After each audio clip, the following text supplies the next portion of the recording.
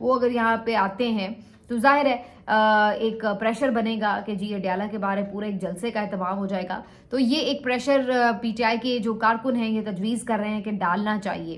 میرا نہیں خیال ہے کہ پی ٹی آئی نے ایسا کچھ پلان کیا اور ایسا نظر بھی نہیں آ رہا. فی الحال تو کل یہی لوگ جو ریگولر میٹنگ کے لیے جاتے ہیں اور جن کے نام بھی گئے ہیں فی الحال تو کل یہی جائیں گے.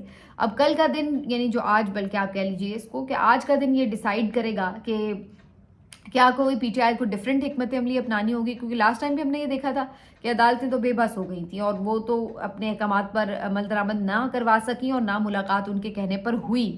تو اس دفعہ بھی کیا یہی صورتحال رہے گی؟ تو یہ اب دیکھنا ہوگا. کیونکہ جب انہوں نے یہ ملاقاتیں بند کرنی ہوتی ہیں تو کوئی بہانہ بنانا ان کے لیے مشکل نہیں ہوتا. کوئی بھی ایویں تھریٹ الرٹ جاری کر دیں گے کہ جی دہشت گردی کا خطرہ ہے, جی ملاقاتوں پہ پابندی لگ گئی. تو کوئی بھی اس قسم کی حرکت کر کے یہ بہانہ بنا لیتے ہیں. پھر اس کو چیلنج کرو جا کے, پھر وہ 1-2 دنوں میں نوٹس ہوتے ہیں, پھر جواب آتے ہیں, وہ کرتے کراتے 8-10 دن انہوں نے ویسے ہی نکال لینے ہوتے ہیں. تو یہ اس طرح کا ایک ہمیں پہلے بھی پیٹرن نظر آیا اور اس بات کا خدشہ ہے کہ اس دفعہ بھی یہی ہو سکتا ہے. تو اس کے علاوہ پی ٹی آئی اس بارے میں جو ایوان ہے وہاں پر بھی ظاہر ہے شور مچائے گی, احتجاج کرے گی. چونکہ اسمبلیوں کے اجلاس اس وقت چل رہے ہیں. پنجاب اسمبلی میں تو آج کے دن بھی کافی اجلاس میں احتجاج کیا گیا اس بات کے اوپر. تو آگے بھی اس کے اوپر ظاہر ہے مزید آواز اٹھائی جا سکتی ہے. لیکن اب جو پی ٹی آئی کی اسٹریٹجی ہے وہ دیکھنی یہ ہوگی کہ اس معاملے کے اوپر P T I further aggressive mode میں جاتی ہے یا پھر تھوڑا اپنی ٹون ڈاؤن ہوتی ہے تاکہ اس طرف سے جو ہے وہ اس طرح کی سختی نہ کی جائے. بظاہر یہ لگتا ہے کہ جان بوجھ کے اس طرح کی چیزیں کر کے پی ٹی آئی کو بس انہی معاملات تک ریسٹرکٹ کر دیا جاتا ہے کہ عمران خان کو کم از کم سہولتیں ملتی رہیں, کم از کم ان کی ملاقاتیں ہوتی رہیں, کم از کم ان کی خبر آتی رہے, کم از کم ان کو اخبار ملتا رہے. تو ایسا لگتا ہے کہ جیسے بڑا اتنا ٹائٹ کر کے اور اس کے بعد پھر انہی چیزوں میں الجھ کے رہ جاتے ہیں لوگ کہ کم از کم چلو یہ تو ہو رہا ہے. اور جو اصل ٹارگٹ ہوتا ہے کہ ان کی رہائی کی بات ہو, آگے جو معاملات ملک میں چل رہے ہیں یہ وہ ان چیزوں کے اوپر وہ پھر نہیں ہوتا. لیکن آج یہ بڑی ایک اور ریزن نظر آتی ہے یہ سب کرنے کی کہ جس طریقے سے کل ایک رد عمل دیکھا گیا ڈائریکٹلی آرمی چیف کی ذات کے اوپر, جس طرح سے تنقید ہوئی اور جس طرح سے سوال اٹھائے گئے, جو کچھ ہوا سوشل میڈیا کے اوپر, ادروائز بھی ایون پی ٹی آئی کے لیڈرز نے اسمبلی میں بھی اس کے اوپر باتیں کی ہیں. تو یہ سب ایک جو آپ کہہ لیں کہ محاذ بنا, اس محاذ کو ڈیفیوز کرنے کے لیے بھی یہ حرکت ہوئی ہے.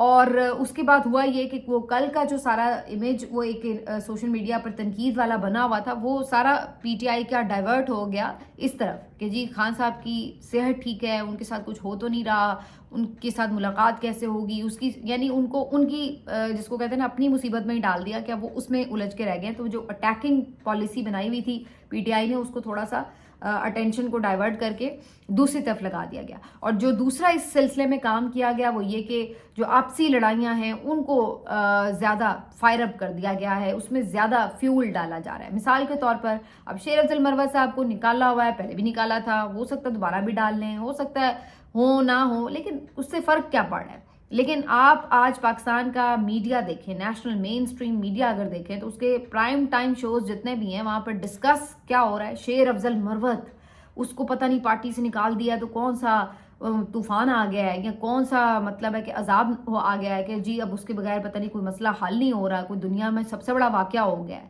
وہاں پر جناب بیٹھ کے سارے آج نام نہاد بڑے بڑے اینکرز بڑے بڑے چینلز پر بڑے بڑے شوز میں یہ بیٹھے ڈسکس کر رہے ہیں کہ پی ٹی آئی میں بہت اختلافات ہو گئے ہیں, ایسے کہ جیسے پی ٹی آئی کا غم سب سے زیادہ انہی کو کھایا جا رہا ہے کہ جی ان کو بس اور کسی بات کی پرواہ نہیں ہے کہ ملک میں اس وقت حالات کیا ہیں, ملک میں اس وقت خیبر پختونخوا میں بلوچستان میں کیا حالات ہیں, ملک میں اس وقت مہنگائی کی وجہ سے کیا سچویشن ہے, ملک میں آگے رمضان آ رہا ہے اور لوگوں کے کس طرح سے گزر اوقات ہونی ہے, باہر انٹرنیشنل محاذ پر کون کس سے ملاقاتیں کر رہا ہے. مودی صاحب کی امریکہ میں کتنی اہم ملاقاتیں ہوئی ہیں, سعودی عربیہ کے جو پرنس ہیں وہ جا کے مارکو روبیو سے مل رہے ہیں, دنیا نئے محاذ بنا رہی ہے, نئے بلاکس بنا رہی ہے, نئے اتحاد بنا رہی ہے, نئی جنگیں چھڑ رہی ہیں, کیا کچھ ہو رہا ہے.